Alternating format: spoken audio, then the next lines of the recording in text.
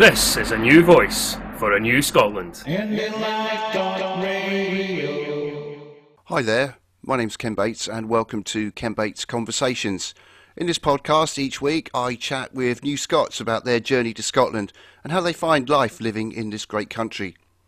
This week I'm joined by Esther and Warren from Dumfries and Galloway, and I began by asking them about how they met.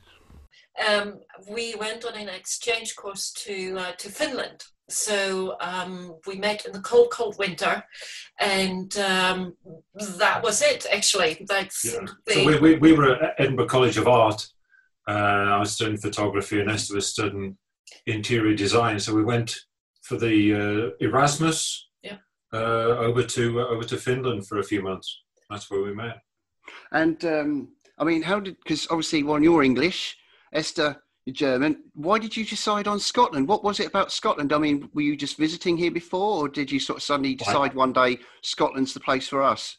I've got a long backstory on that. So I had a farm in Devon, and the sheep I bred there was North Country Cheviots, which are from the borders.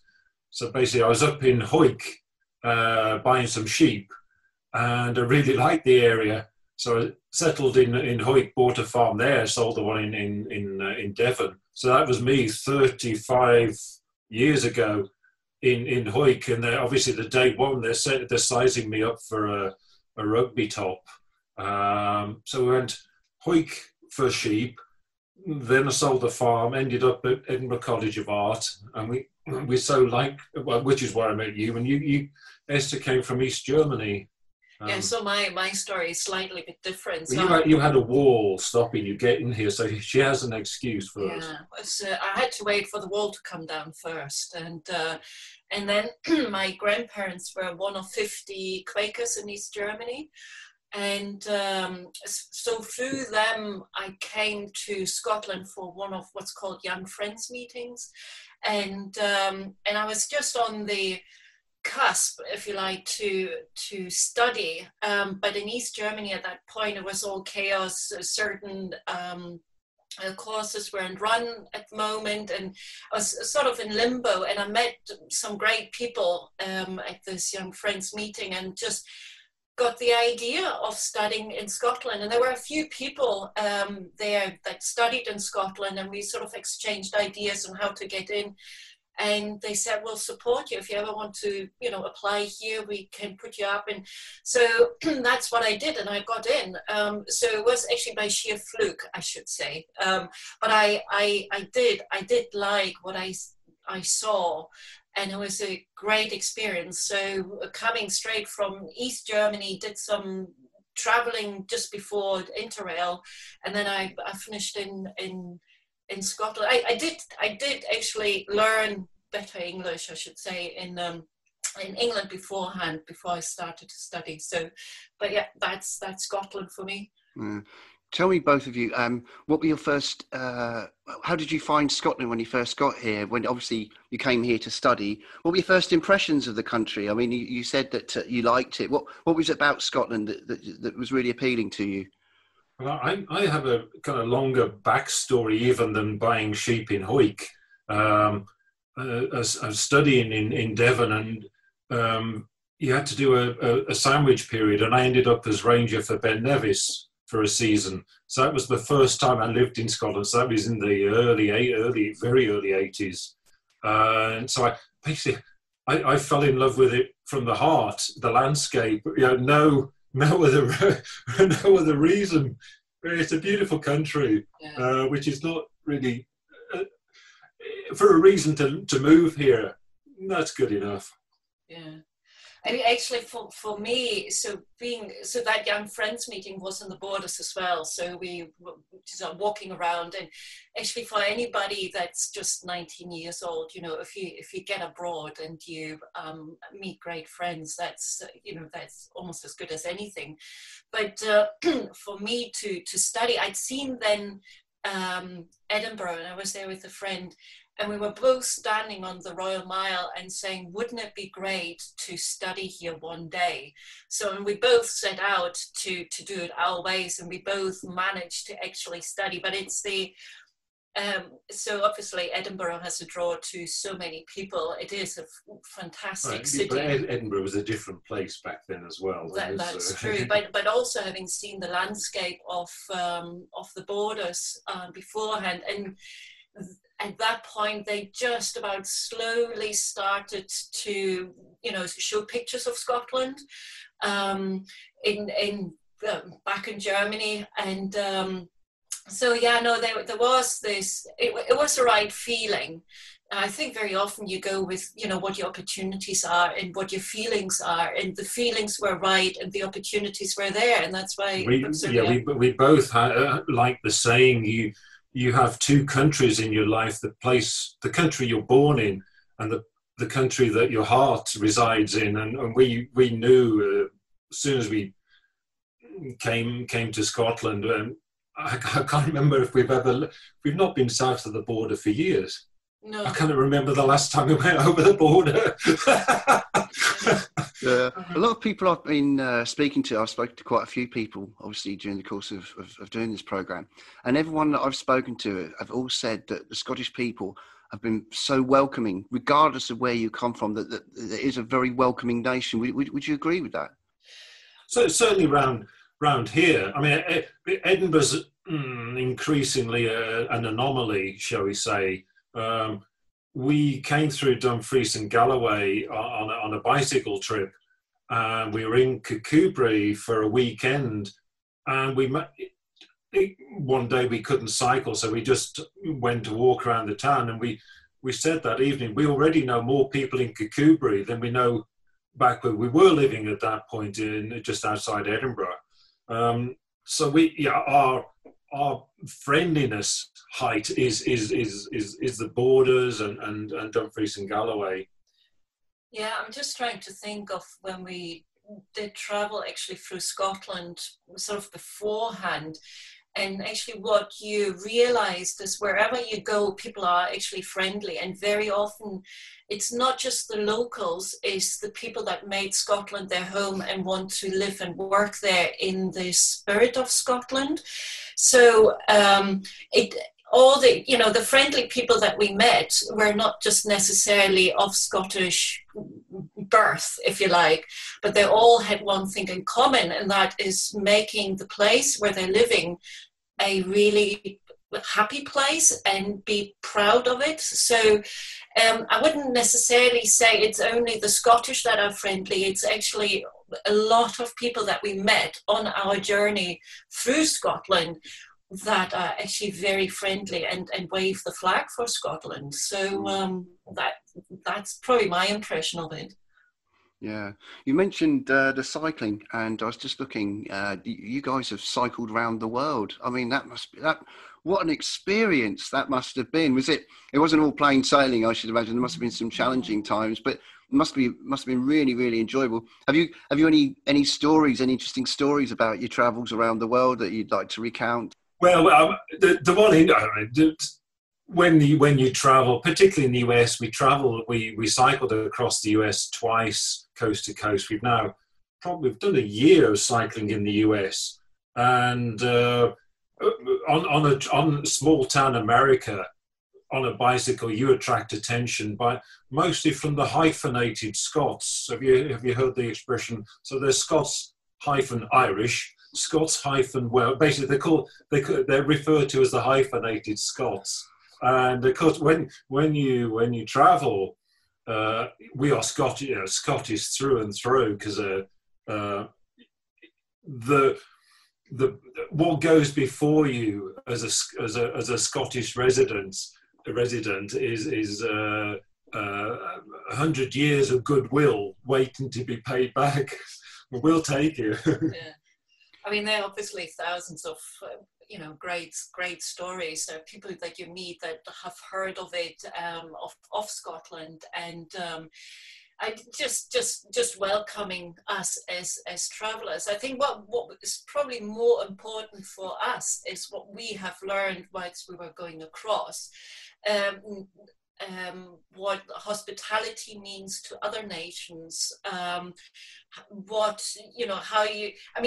the difficulties that we had were just, I would say, the very basic difficulties. Trying to avoid being struck by lightning Yeah. was one of the major tasks occasionally. Yeah, but the other one is like, where do you camp or where do you stay? How do you get your water and things like that? Water? So those are the stories that you mainly have but you know, most of the time it's the story, the kind of major stories are people with nothing wanting to give everything to people,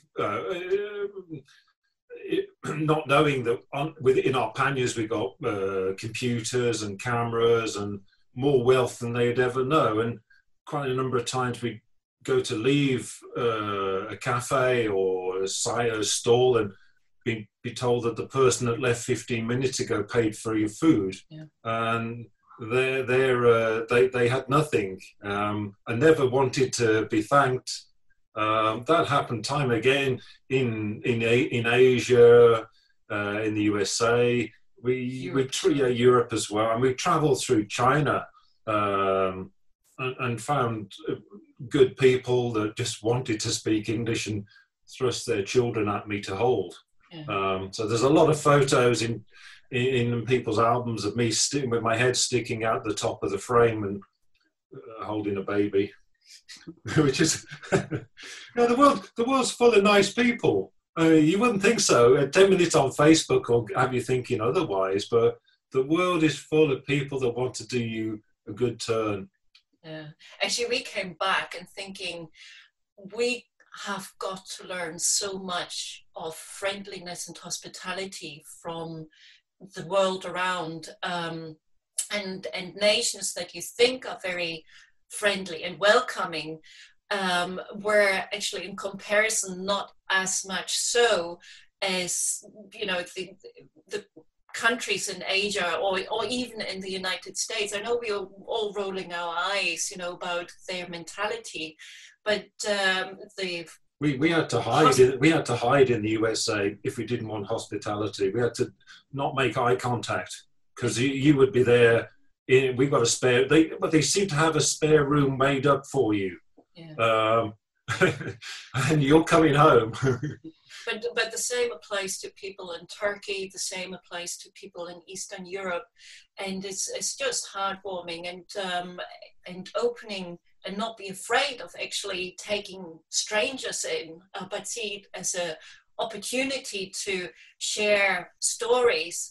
That's what we come back with. Also, I have to say, we really, really try to avoid any problems. And whilst other people probably have got loads to tell, like how their tent burned down or how they got mugged or something like that, we don't have any of that. And I'm really, really happy about that. And I think our favourite story is we met a guy in New Zealand, and for 8 minutes maximum, and we were struggling with the internet, and we needed to work out a problem in the USA. So I said to him, could you work out this problem for us? We need to get from the airport to... He said, yeah, that's the sort of 8 minutes. Anyway, he sorted out the problem. Within a year, he's saying, do you want to come? I want to go and show my partner where I served in Vietnam. Could you come and look after my house for 3 months? And the dog. And there's an SUV on the drive. That's yours. 8 minutes, the person knew us. And where else would you... Obviously, we took him up on the, would you like to look after our house? Because it was winter at that point. And he's still a great friend. That timed well for you then. Yeah. So obviously this love of cycling and cycling around the world and all your travels, I guess that was why you set up your cycling holiday business that you run in Dumfries and Galloway. We were still living in Edinburgh, just outside Edinburgh, and we knew in the final fourth year, as we were coming up the UK to go home nominally, if we ever turned towards Edinburgh, that would be the end of it. So we stayed in the west. We actually came through Kirkcudbright and Dumfries and Galloway, and already we knew we loved it. Anyway, we went up to the out to the islands, touched Iona, which is a very special place for us, and then went home. And as soon as we turned for home, all energy left us. And anyway, when we eventually moved down here, we were giving a talk, one of the many talks we've given about cycling around the world. and somebody approached us after the talk and said, I want to retire and I've got this holiday company, cycling holiday company. Would you like to buy it? And we said, absolutely, no way. Said, well, just come out with me, just the once. And we went, I think Esther went out. No, are you going to buy it? No, we're not going to buy it. Just come out with me a second time. No, we're not going to buy your company. It's crazy. And I think we were 3 months umming and ahhing. And then it was too late. Then it was too late. We bought it, bought the company. Yeah, I mean, we thought all you had to do is throw a little bit of marketing at the problem. People rush down here because it's so beautiful. Yeah. It is not that easy. Yeah, I think the reason why we hesitated is not because we don't believe in the cycling and the beauty of it, but we knew what we had to do was very difficult. And tourism, as we all know, is a fragile state. And I mean, I tried to get a different job, but down here in Dumfries and Galloway, it's actually not that easy. And so I couldn't get a job fast enough. So everybody here is self-employed by default. Yeah, it's a different makeup here. So, but it's beautiful, you know, and it's got actually a kind of comradeship, if I can use that word. Yeah, the comradeship at the bottom left-hand corner of the unforgotten bit of Scotland. But they do help each other, and it's actually opportunities and ways of working that are really refreshing, and it's something that I really, really like. So the bike is just a medium, basically, on showing off A, what we can do, and B, what we have here. And this is why we threw ourselves really head over heels into this project. And this is why we fundamentally still absolutely love it. And want to every 5-star review we get, and we've only ever got 5-star reviews, is just a reconfirmation of, yeah, this area is special, and difficult to get people to come here. But when they're here, well, we've met people that have moved here because they've seen our website, and that doesn't happen very often. No, it's something we're proud of. Yeah, I've travelled up. I was visiting myself. I've been visiting Scotland for 20 years before I moved here in 2017, and I used to get the West Coast up. My daughter lives in Ayr. And so I used to travel up, and on one particular journey, I had to go via Carlisle, and I had to get the Carlisle to Ayr train, of course, which meant it travelled right through Dumfries and Galloway. And I think it was probably one of the most picturesque rail journeys I had ever taken. It was, I mean, I live up the road in Ayrshire, and it's beautiful around here, but travelling through Dumfries and Galloway, and as you say, yes, it does seem to be a forgotten part of Scotland because it's right down at the bottom near the borders. Yet it is such a beautiful, beautiful area, and I should imagine some of the cycle routes. Having a look at your website myself earlier, some of the scenery is absolutely spectacular. Yeah. We claim you don't get lost, but if you do get lost, you'll still have a good day here on a bike, and people will stop. We try to work out why it is in this area. You're on about friendliness. Even a white van driver will stop. And I actually, last year, I pulled up alongside a white van driver and said, why do you stop? You know, it's not normal. He says, I love this area. I don't come from here and I want to move here. He was smitten. He come from the Lake District, and he was smitten. He said, I take every delivery job I can get in this area, I take. Do you get many visitors from around the world that come to cycle around Dumfries and Galloway with your business? Well, here's the stat. 98% of our business is from people from overseas. So last year we had people from China, Australia, New Zealand, mostly the USA and Canada. Denmark is very big for us. Yeah. Here's the problem. We find it easier to get somebody from Seattle than from Manchester to come to this area. We find that very, very easy and hard to get people from the UK. But that's just how the international or the marketing has worked in the past. So, and this is what we're trying to change, and this is why we're working so hard. So we'll see if it pays off. I mean, Yeah, well, people just, the requests that we had so far all started. I usually go to France or I usually go to Spain, but I can't go this year, so I'm just explore what I've got on the doorstep.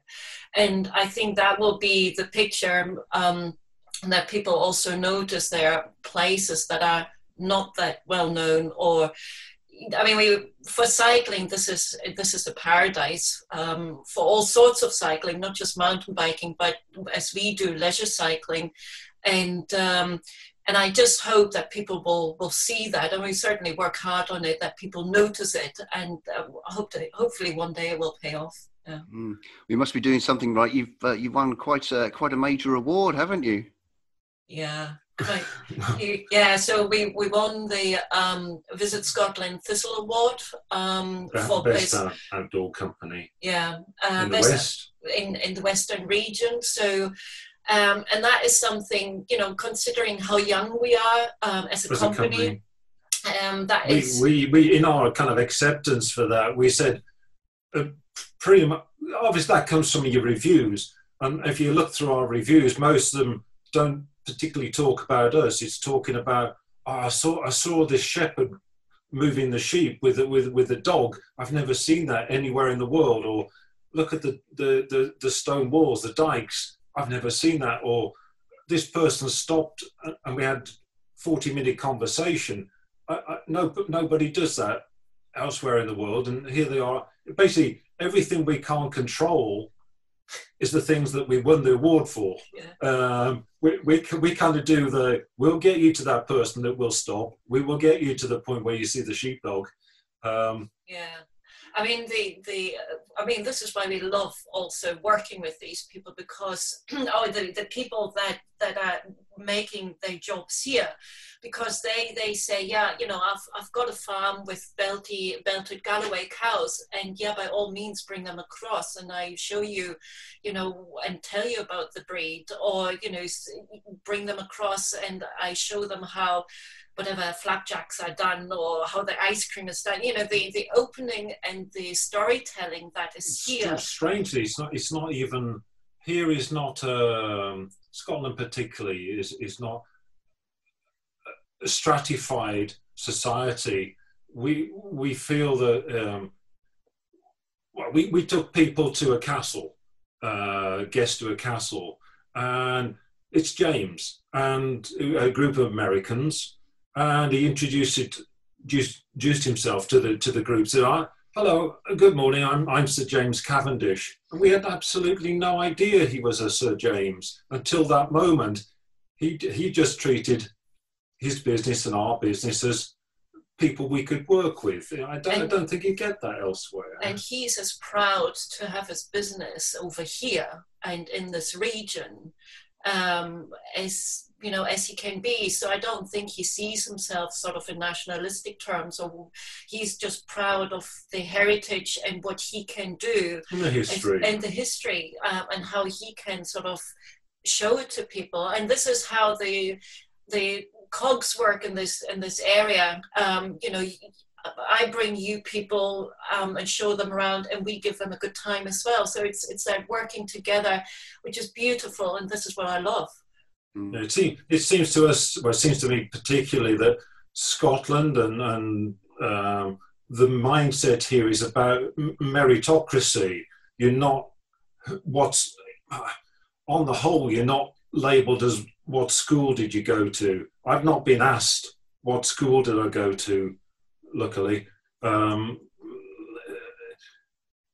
Amongst all the people we work with, it seems a completely level playing field, where they may be multimillionaires, and some of them are. They may be landowners.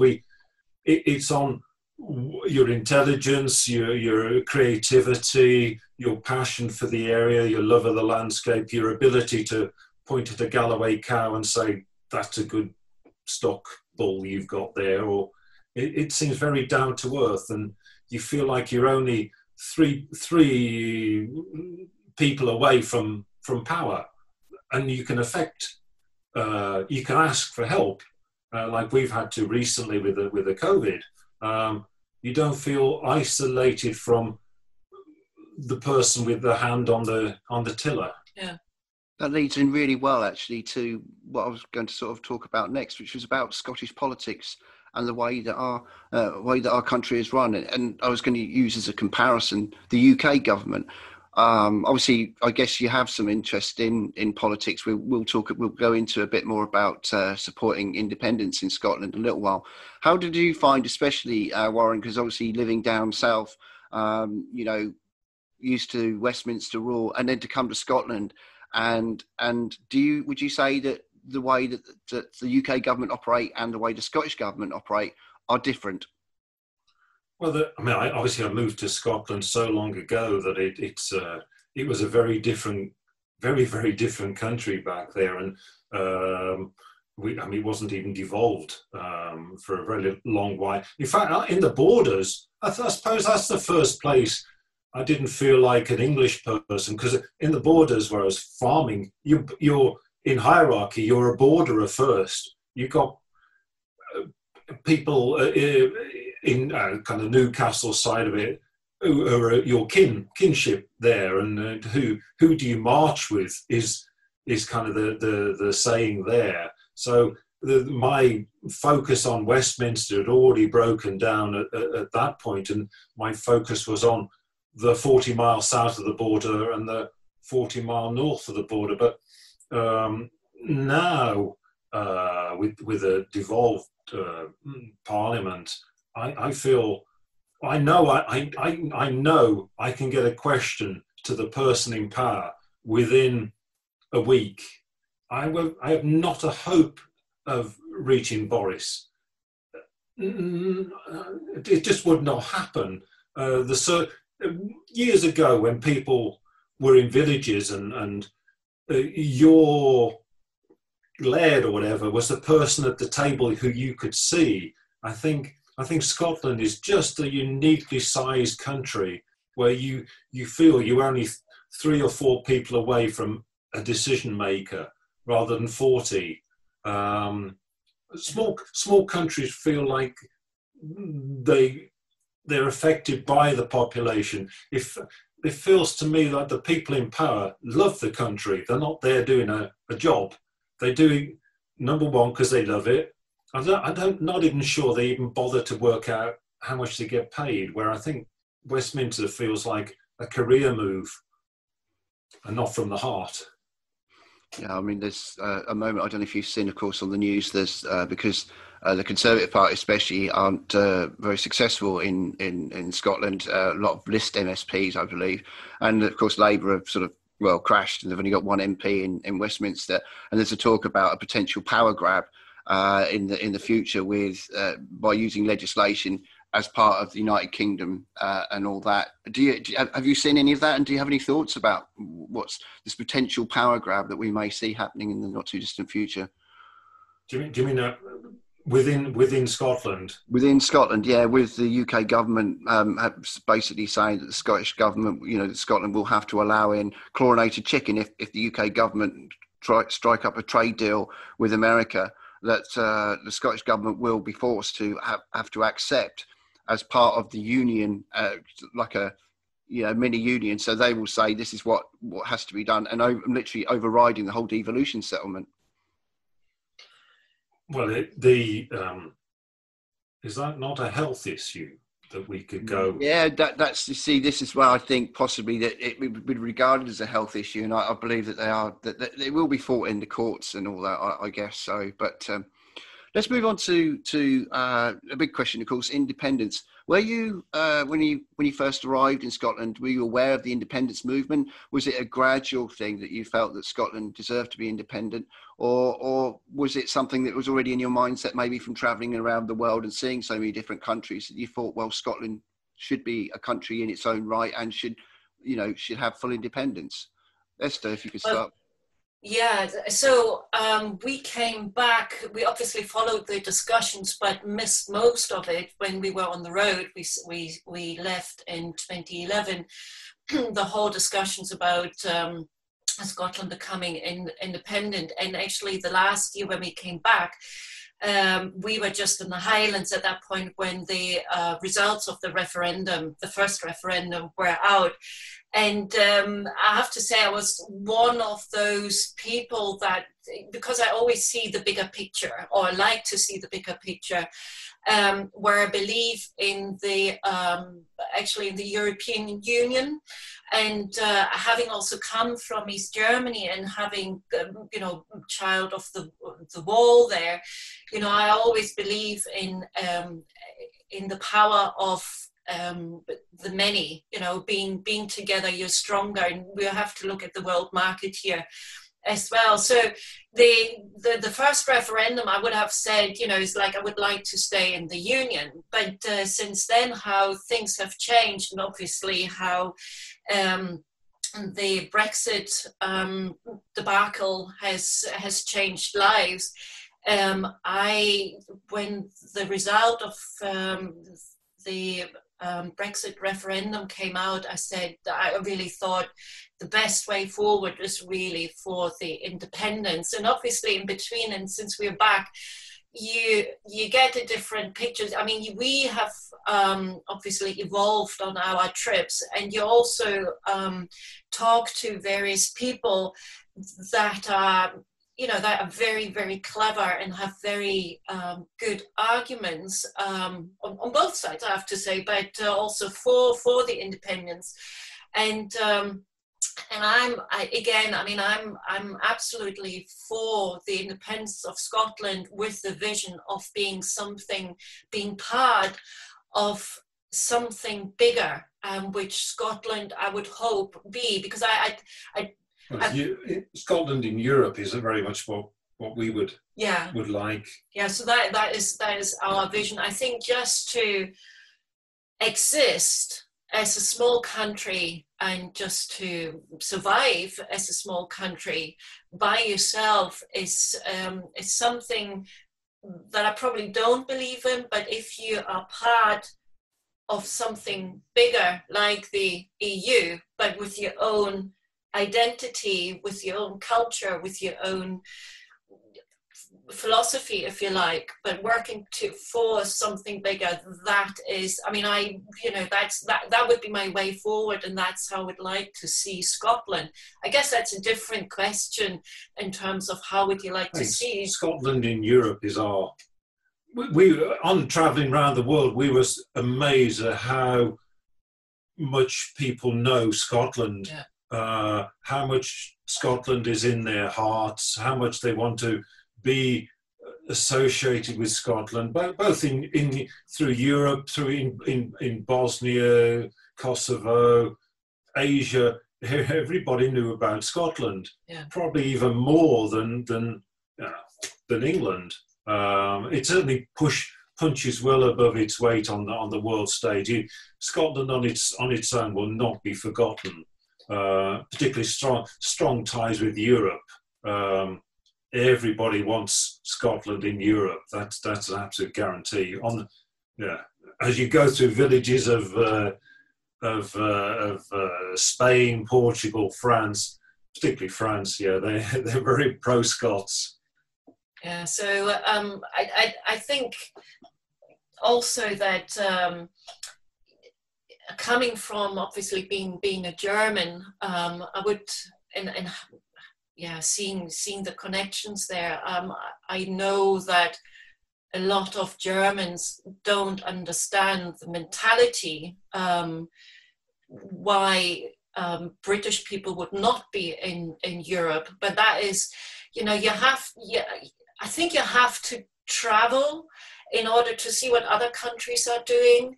And I think this is what a lot of young people have done, because they had the opportunity to go abroad and see the opportunities that you have within Europe. And if we can be part of that, and if that means that you have to take Scotland out of the Union and be self-sufficient and self-governing, then that is absolutely the right way forward. And I know we will get support from all over. The problem we've got, of course, with regards to that, of course, is the Westminster government that makes out that. When I was living in England, and I've mentioned this in previous interviews before, a lot of my friends seem to think that somehow Scotland is subsidised by the Westminster government, the Barnett formula, and there seems to be this complete misconception. I guess you've still got friends and family down in England. Do they have that attitude, Warren? Do you find? Do they have the attitude that we're subsidised? I think it's an easy one to. How can they possibly not be? It's a thing you have to work very hard at to put across the right figure. Was there not last year somebody, a professor in Stirling, had done a load, put the actual figures down? Obviously, it's accounting, so it's smoke and mirrors as well. But it does feel like walking around Edinburgh. The Enlightenment didn't happen in London, did it? First, it happened in Scotland. It's a big hitting country, full of intellectuals, full of rocket development in Glasgow, satellite development. We have a world stage. You could set up a pan-European company in Edinburgh faster than you could most places. I mean, Esther worked for Adobe. They had people in that room that could speak pretty much every language of the world. Could be found in Edinburgh. There's not many countries you could do that in, let alone a city as small as Edinburgh. Yeah. I mean, what a base to begin with. We can find somebody who knows your language one small short taxi ride away from where I'm sitting now, no matter what language it is. Obviously, when we get this independence referendum, then which I'm confident that the UK government are going to have to allow it to happen at some point. I know there's talk of Plan B, and apparently there's a Plan C. I don't know what Plan C is, but I've heard that mentioned. I'm sure there'll be a Plan D, and lots of people are coming up with theories of ways that Scotland can get its independence. As and when Scotland does get its independence, which is inevitable, do you think the country's going to struggle? No. That doesn't. To be honest, that is in asking the question. That shouldn't be a question you have to ask. It's like, why? If England, if we had independence, is England going to struggle? If we, given the caveat, we have to look to Europe, I think, and the connections. We were part of the Baltic Hanseatic League.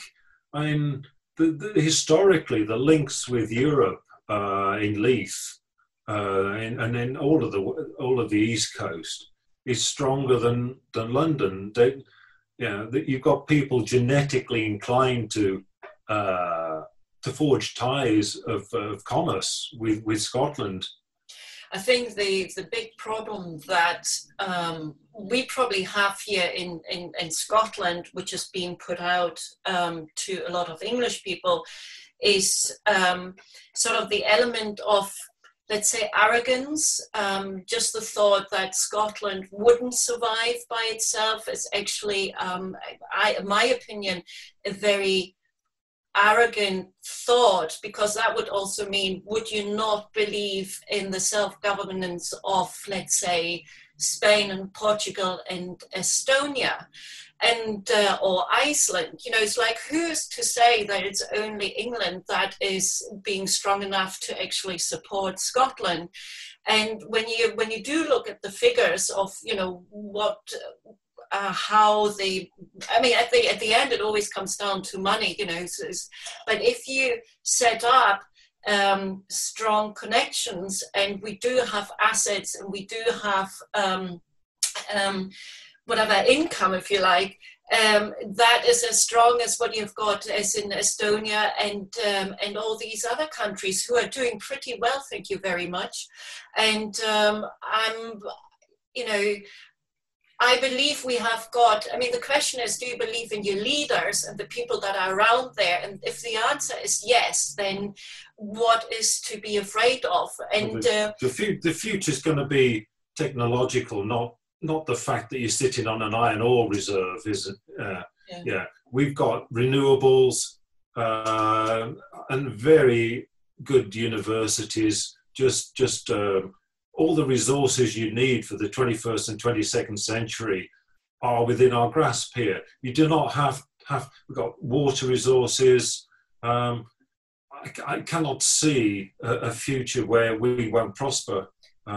It's just not going to happen. It's not based on petrochemicals anymore. It's based on wind, wave, and the intelligence of the population, and we've kind of got that covered. And I think, you know, the way Scotland is working at the moment, having an interest in new technologies and new ways of working and thinking, that is going to be the asset, and that is going to drive us forward. And if that is to be allowed, and this is also why Brexit is so horrendously outrageous, it's because it's putting a stopper into working, gaining knowledge of what's actually happening, you know, abroad, where a lot of innovations are happening. Innovations and collaborations. Yeah. I mean, Professor Higgs boson, he lives in Edinburgh. Dolly the sheep, that's Edinburgh. What over the last 20 or 30 years, what has been discovered that's outside Scotland still? I mean, Probably name a few, okay, you could probably name a few, but if that feels like was it you in the Scottish Enlightenment, you could stand on a street corner and have a chat with 6 of the most intellectual people in the world, and then go for coffee. I mean, obviously, we have to be careful not just to live off what was in history. But we end up on the Starship Enterprise. they put a Scot inside, you know, in the engineering department there. Yeah, so as long as we make sure that's where we still are, you know, in the... So finally, I just wanted to ask you, what would your advice be to anybody who was thinking about Scotland as their home, to making Scotland their home? Well, I would say come, you know, it's because it's the opportunities that you have, the attitude of people to come and, you know, to put your knowledge and your, you know, your personality into this culture, which makes this culture. I mean, it was a great melting pot, and Scotland has allowed you, well, certainly Scotland has allowed me to develop into what I am, and also has supported me in doing so. And it's that support that I found so encouraging, and I'm pretty sure, you know, other people receive that as well. And yeah, I wouldn't see any reason to say, you better stay out, it might get a bit hot here. It's not at all. I think Scotland, and to make your home in Scotland is for anybody who likes to think forward, and who likes to be part of something bigger. Yeah, within moving to Scotland, almost we moved from the east coast to the west, and within 10 minutes we know people who want to help us. There will always be somebody wants to meet you and have coffee and talk about plans. You're not lost. You're not swamped by doubt. Everybody wants you forward here. That's very much the feeling we've got. Everybody's people are constantly, hey, do you want to work together on this? Yeah. We've never known that before. Yeah. It's a very lovely thing to walk down the street here and be known. It's like the bar in Cheers, but on a big scale. Everybody does know your name here, believe me. I mean, it's really Scotland. It's lovely. I mean, the question is, is it just us, and what we do and what we bring to the table, or is it a general one? I think it would be quite interesting to hear other people, that are in a different society, if you like, in a different place, because you hear about nationalism and extreme views to other people and people coming from abroad, and so it makes you do wonder: do they make a difference? It's like who's coming in or who's not coming in? Is it general, or is that attitude mainly to people that are from Europe or from Germany? Yeah, we can only really speak for ourselves as having been here quite a while. Yeah. But I mean, for us, and if seeing what I have seen, I certainly would say it's a great place to live. We won't be going south of the border anytime soon. We'll have no reason really, and unless we have to pick somebody up from Newcastle or something. Yeah, to just pick them up from the ferry in Newcastle to bring them to here. Yeah. Oh, go slow. Warren and Esther, it's been absolutely fabulous speaking to you. Thank you for taking some time out to chat with me today. Much appreciated. Yeah. Lovely, Ken. Thank you very much. Thanks for having us, Ken. Thank you. Esther and Warren there talking to me earlier this month. This is a new voice for a new Scotland. indylive.radio. That's all for this episode. If you'd like more information or to hear earlier editions of this podcast, check out my Facebook page at facebook.com/Ken Bates Conversations. Until next time, stay safe